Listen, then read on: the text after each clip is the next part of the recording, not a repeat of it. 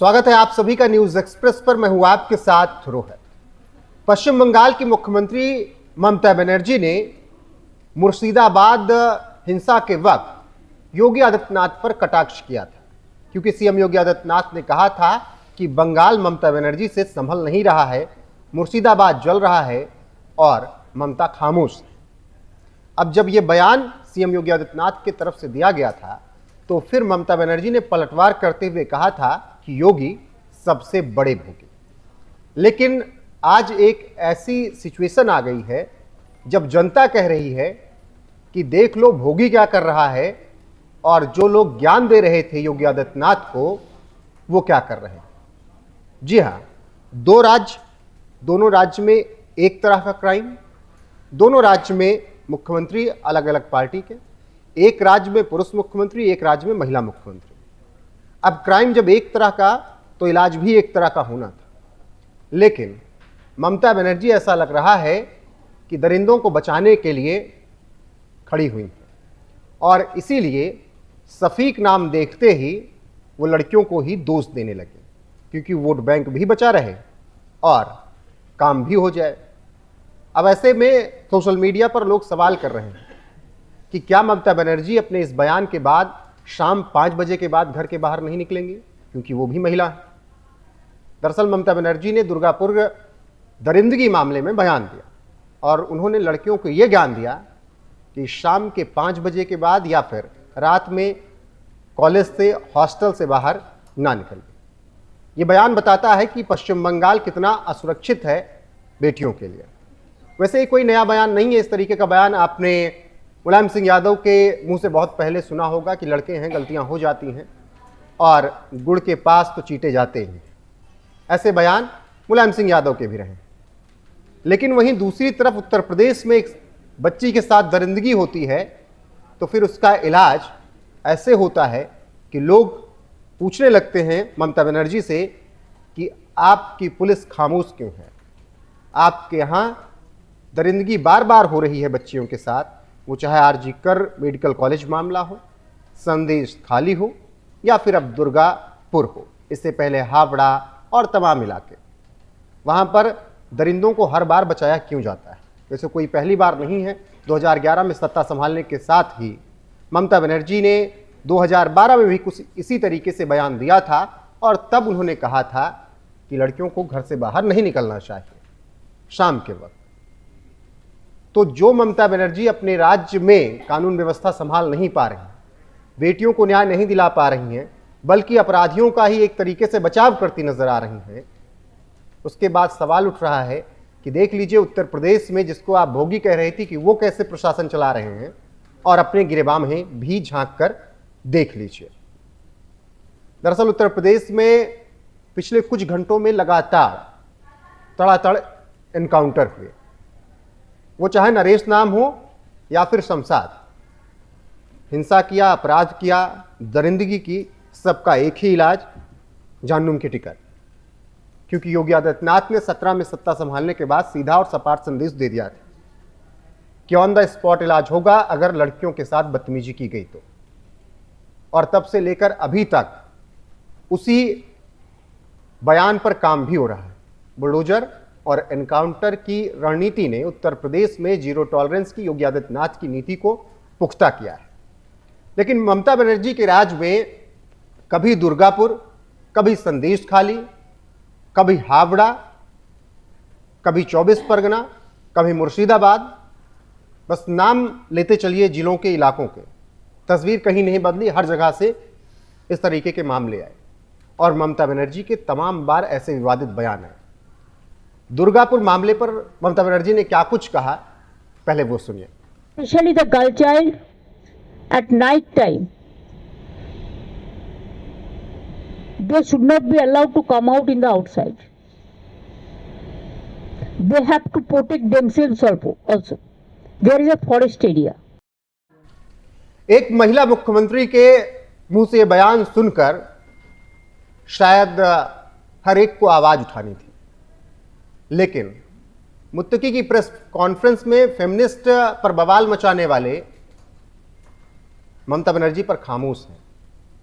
अफगानिस्तान के मुत्तकी भारत आए, उनकी पहली प्रेस कॉन्फ्रेंस में महिला पत्रकारों को जगह नहीं मिली, तो उस पर इस देश के लिबरल्स, सेकुलर और फेमिनिस्ट बवाल काटने लगे और कहने लगे कि महिलाओं का अपमान हो गया।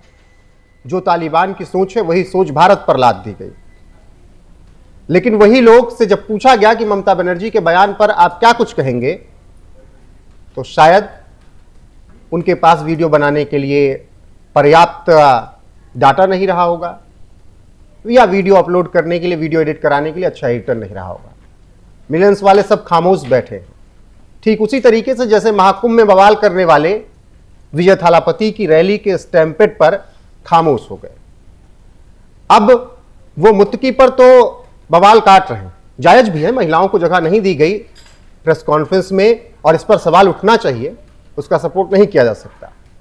लेकिन पश्चिम बंगाल की महिला मुख्यमंत्री ने बेटियों के लिए जो कुछ कहा, क्या उसका विरोध नहीं होना चाहिए?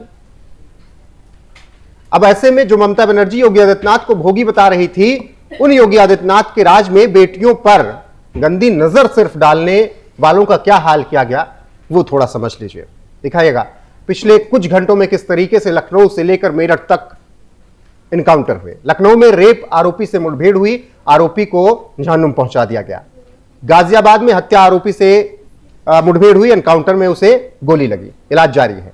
शामली में गौ तस्कर गिरोह और राहुल उर्फ छोटू से मुठभेड़ हुई, इस पूरे मामले में 6 को गिरफ्तार किया गया, छोटू घायल है। झांसी में इनामी बदमाश को एनकाउंटर में गिरफ्तार किया गया। फिरोजाबाद में नरेश से मुठभेड़ हुई और ऑपरेशन खल्लास के तहत यह मुठभेड़ हुई, नरेश जहन्नुम पहुंचाया गया। तो इस तरीके से उत्तर प्रदेश में लगातार कार्रवाई हुई।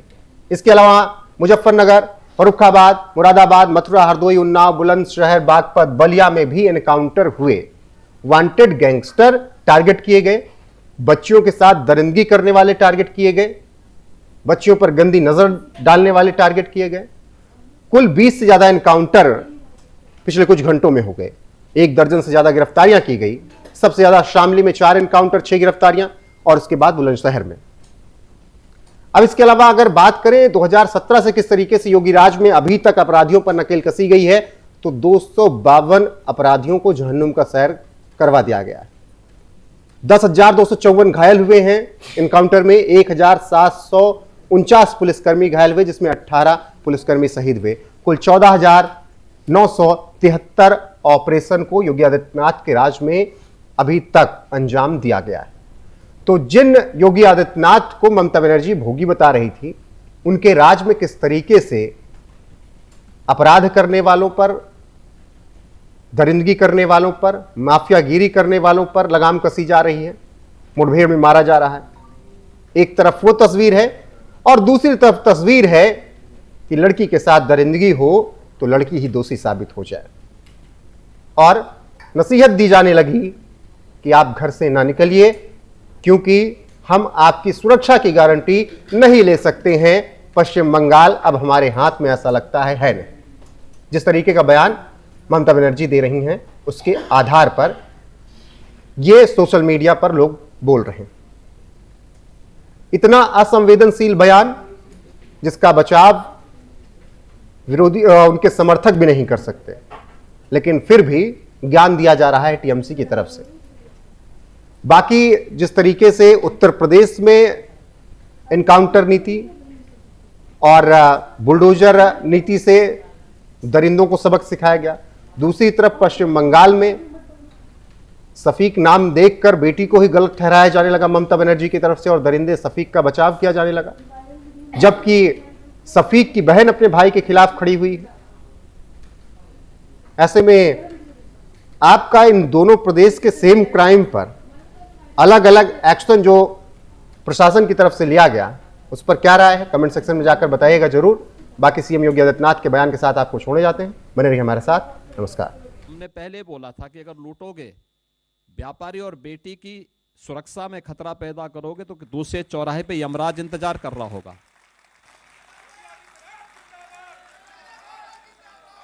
तो यमराज ने जब टिकट उनका काटा तो वे चिल्ला उठे, कह रहे साहब देखिए अत्याचार हो रहा है। अरे अत्याचार तब नहीं हो रहा था जब व्यापारी पे गोली मार रहे थे, और जब उसकी प्रतिक्रिया हुई तो उसके बाद चिल्ला उठे। ये घड़ियाली आंसू बहाते हैं माफियाओं के लिए, उन लुटेरों के लिए जो राह चलते हुए राहगीरों पर, निर्दोष व्यापारियों पर और बेटियों की सुरक्षा के लिए खतरा पैदा करते हैं। और इसीलिए मैं आप सबसे कहने के लिए आया हूं, हमें सावधान होना होगा, सतर्क होना होगा। इन लोगों के उन कारनामों से, जिन कारनामों के कारण पहचान के एक संकट से आप गुजर रहे थे। आप में से बहुत सारे लोग होंगे जिनका व्यापार उत्तर प्रदेश के अलावा दूसरे राज्यों में भी होगा, या लेन देन करते होंगे, सामान मंगाते होंगे। पहले उत्तर प्रदेश के नाम से लोग सामान भेजने में डरते थे, आज कोई डर नहीं है, कोई भय नहीं है। सुरक्षा का एक बेहतरीन वातावरण दिया गया है। हर प्रकार से हम लोग आगे बढ़ रहे हैं। ये प्रक्रिया आगे इसी रूप में आगे बढ़ती रहनी चाहिए।